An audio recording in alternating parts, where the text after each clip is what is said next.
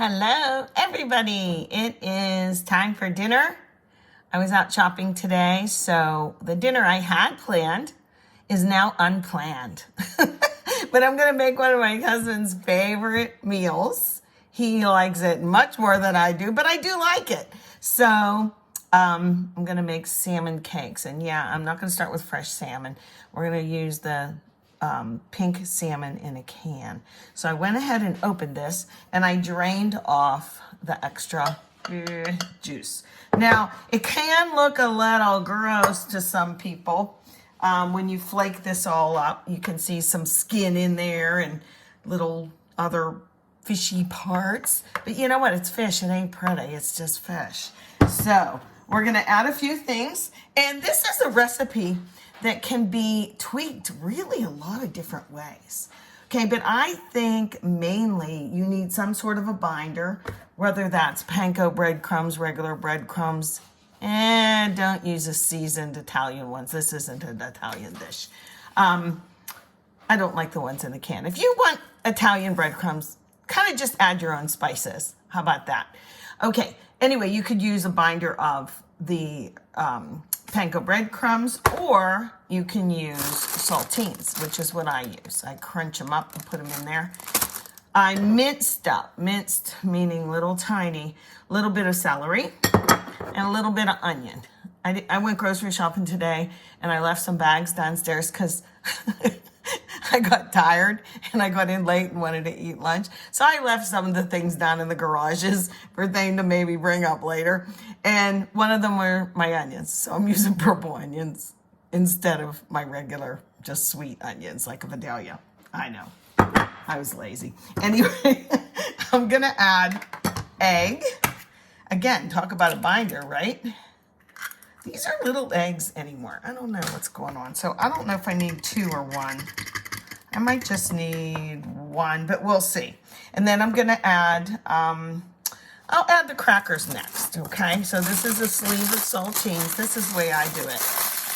I go like this. And I just crunch it right in there instead of taking it out of the package. Give it a really good crunch. And I go like this. If the pieces are too big, you pluck them out. No big deal, right? Okay, almost. And then, voila, get in there. Okay. With crab cakes, I like to use minimal ingredients and let the crab shine. It's kind of like that with these two, except I do add a little bit of celery and whatnot. So they look like that, okay? There's the egg in there. I might use another egg. Let me use an egg. You know, sometimes you just have to eye things, right? Let's get the celery in. I cut it really small so that it would cook because these will just fry up pretty fast. I'm going to pan saute them. A little bit of onion again. Soup, like really pretty mild. Onions are best, but the purple onion isn't too bad either. Okay, I'm going to do this. Get it kind of mixed up. And you just keep going until you think it'll come together. Now, what about spices, Shirley?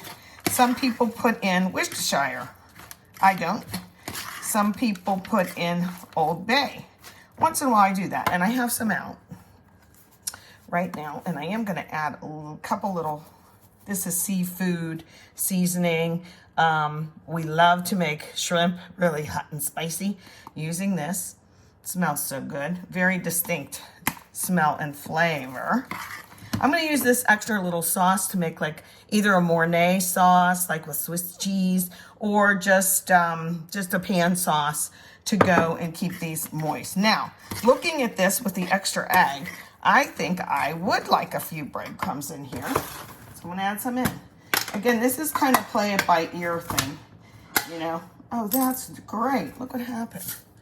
Duh. See if it'll come out something. Yeah, it's coming out. Did you believe that? What in the world? Come on, you. I just have to open it a little bit more. Goodness. I gotta get down Restaurant Depot and buy my big 25 pounds at a time. Okay, again, I'm eyeing it out. I'll give it a stir. I usually am using my hands at this point. I'm kind of feeling it. These are really wet. So I might even form them gently. I don't push down too hard. I'll make them a little bigger than this. And then I might even tap them into the breadcrumbs and fry them. We'll do that in the next picture. I do like a little lemon of a squeeze sometime just to brighten things up. I don't have lemon, but I do have my Young Living essential oil. Literally, I put 3 drops in. If you want to know about that and if it's okay and safe, FDA says only this brand is, the Young Living brand, to ingest, okay? So no worries there. Okay, I'm gonna get these in little patties. They smell delicious. I smell the lemon already getting in there and all the little veg, and we'll make a little sauce. Let's go over to the skillet. Alrighty, I am using a large like ice cream scooper and I'm scooping it up and then doing this. Now these are like almost fall apart, and that's kind of how you want a crab cake too. So you just gently tap it together and then form around the edges like this. Here, let me see if I can show you, just to make it a perfectly rounder shape. And these are kind of thick, okay? And I have them in vegetable oil. Sometimes I will finish these in the oven, you know, just get a little brown on them first and then finish them in the oven. And I'm going to do this real quick. I guess this is kind of medium-high heat you would be using, because you want a little brown on each side, and they'll be maybe crispy on the outside, but they'll be tender and kind of flaky on the inside. If I have green onion, I'll put that in instead of the other onion. Very versatile. Maybe, I don't know, look up a couple recipes. Maybe I should have done that. But my mom used to make these, and I know I liked them, but she did them different. You know, you can do them how you like. Okay, get this other one in the pan. And I think I didn't make them even. Get in there. Okay. And it looks like one more is going to happen. Might be a little guy. These make a really good little sandwich for lunch in the future. I add a little bit of mayonnaise, a little bit of pickles, almost like a real fast tartar, if you will. You know, those 3 drops of lemon. This essential lemon oil, I'm telling you, you kind of need to know about it. I know you probably heard a million things about essential oils, but you gotta trust me. Cured my heartburn. Oh, I shouldn't say that. I take that back. I'm not supposed to say things like that. Okay, anyway, there you have it. I'm gonna flip these buggers over and I'll show you later. We'll make a little sauce. I brought you over here. I started making a roux because when I make like salmon cakes, I usually will make something like au gratin potatoes. Look how nice and brown those are. When they're not falling apart, that's good. Okay, they'll be nice and tender. I'll make like au gratin, something maybe cheesy, and today it's going to be mac and cheese.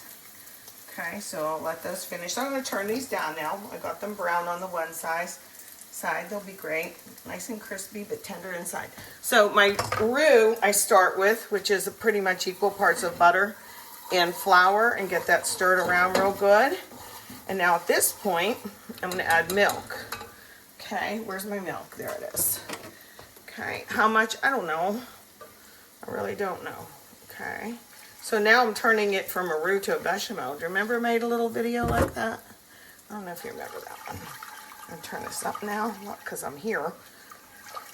When I walk away, that's not good. You can salt it. You can put some garlic in it if you were making Alfredo at this point. But I'm not making Alfredo. I'm making mac and cheese. So I made my elbow macaroni, and those are draining over by the sink. Okay, and then this is where you add the cheese. Now for mac and cheese, I like to throw in several different types of cheese. And let me look how these are doing. You're doing good, little cakeys. They'll be happy. He'll smell it coming up the steps from the garages. I'm going to grab some cheese.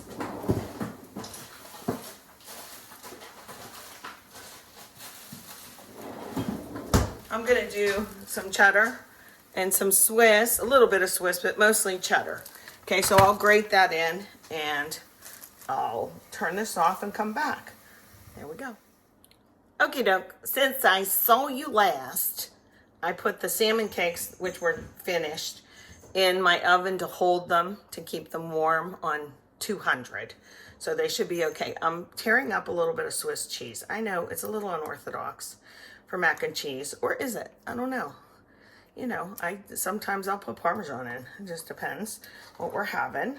But I make the, like I said, the Mornay sauce out of the extra salmon juice, if you will, that came off the can. With this, I might make a little Swiss cheese out of that. I'm going to dump in the rest of this cheddar that I shredded up, okay? So let me get that in there real slow. Remember, we just had the roux, and we added milk, which made it a bechamel. And we're turning that bechamel into a cheese sauce. And then we'll dump the cooked macaroni in there. I'm not going to use this. This is kind of hard. I'll put it back in a second. But let me get this going. And this bechamel might need a little bit more milk or cream. Yeah, it does. It's too thick. So I'm going to let the cheese melt in there. Okay. And yeah, it's a little too thick. So what I'll do is I'll add some milk before I add the cooked macaroni in. Okay. I'm still stirring. And because it's real cheese, see how it's like stringy a little bit? So I am going to add a dash of some kind of milk. Looks kind of weird, actually. Okay, and then I'm going to add my cooked macaroni. Now, I forgot to add the salt when it was like the milk, scalding the milk part. So I'm going to grab a pinch of salt. Put that in. Some things just need salt, like good French fries, fried potatoes, scrambled eggs, what else? Okay, this is a little thick, but I don't want to add too much more. So, come here, you. I'm going to add in my mac.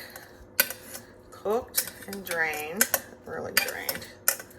It's wanting to stick together, but it'll all come apart. With our salmon cakes, and I'm going to make broccoli on the side because broccoli goes with the, whoopsie, attack of the macaroni. Where'd that go? I don't even know where it went. It's on the floor somewhere. Okay, so I'm going to stir this around. And could I get it in the oven and put it a little crust, like a seasoned breadcrumbs or something on it? Yeah. Boy, this is still too thick. That's because I dumped all that flour in there, dang it. But, and see how light it is? I don't want a ton of cheese. Yeah, I could put Velveeta in, it would be bright yellow, which I like. Believe me, I like Velveeta. But I'm going to just leave it like this, taste it, and then adjust it. Like I said, I might need more liquid in this thing. Boo-hoo. Too much flour. So Thane walks upstairs, and before he reaches the top step, he says, "Ooh, salmon cakes." I knew he'd smell them. And he said, "I smelled them."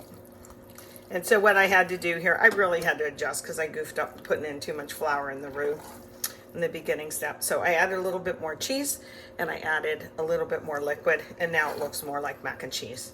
And yes, this is really light. When I make it with Velveeta, it's very bright orangey, but this tastes very cheesy because you saw how much cheese I put in there, okay? And now that it has salt in it, that really brings out a little bit more of the flavor. So this broccoli and our salmon cakes and my little sauce. Okay, I did make a little sauce to go with it. Thane usually likes that. And it moistens them up for sure. So I just did a little bit of, the roux. I put that in, and I added the salmon juice that was in the can. And then I put a couple pieces of Swiss cheese in. Boom. And that'll go over our nice salmon cakes. So I hope you'll make them, and you can put in what you like. They're nice and crunchy on the outside and very tender on the inside. And I salvaged my mac and cheese. Hallelujah. So there's that. It looks really good. And we'll get the broccoli out of the microwave, and we're set for dinner. Enjoy.